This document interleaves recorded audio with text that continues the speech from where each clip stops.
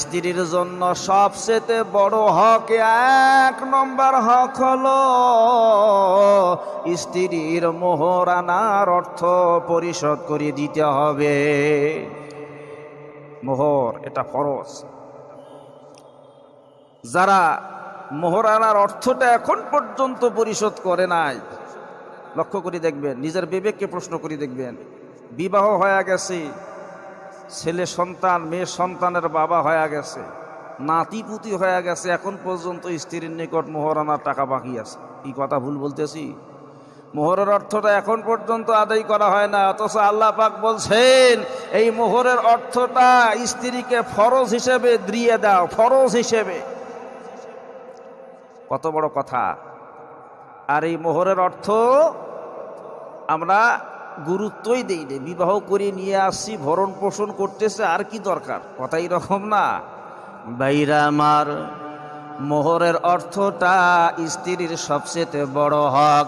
এই মোহরের অর্থ যদি দেয়া না হয় আর স্ত্রীও যদি খুশি মনে মাফ করে না দেয়, কিয়ামতের দিন বিচারের ময়দানে জিনাকারের কাতারে দণ্ডায়মান হতে হবে।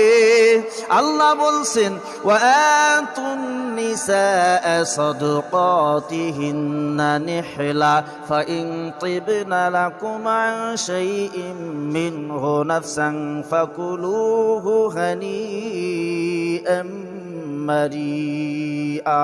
আল্লাহু আকবার কোন।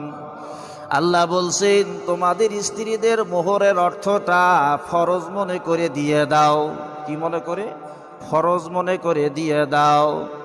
আর এই স্ত্রী পরিপূর্ণভাবে মোহরের অর্থ পাবার পর ওই অর্থ থেকে যদি তোমাকে কিছু দিয়ে দেয়, তা থেকে আনন্দ সহকারে সেটা তোমরা ভোগ করতে পারো। স্ত্রীর মোহরের অর্থ পরিপূর্ণ পরিশোধ করার পর স্ত্রী যদি সেখান থেকে তোমারে কিছু দেয়, তা থেকে আনন্দ সহকারে তোমরা ভোগ করো, এতে কোনো সমস্যা নাই। কিন্তু মোহরের অর্থটা স্ত্রীকে অবশ্যই অবশ্যই দিতে হবে, এটা হলো ফরজ। আমাদের দেশে এই মোহরের অর্থ পরিশোধ হয় না পরিপূর্ণভাবে, কিন্তু ডিমান্ডের টাকা, যৌতুকের টাকা আগে পরিশোধ হয়। কথা বলেন ঠিক না বেঠিক? এই এলাকার মধ্যে ডিমান্ড নিয়ে বিয়ে দেওয়া লোক আছে না নাই? সব জায়গায় মোটামুটি আছে না নাই? আছে। অথচ মোহরের অর্থটা ফরজ। বিশাল আয়োজন করলো, বিবাহের জন্য বিশাল অনুষ্ঠানের আয়োজন করলো। এই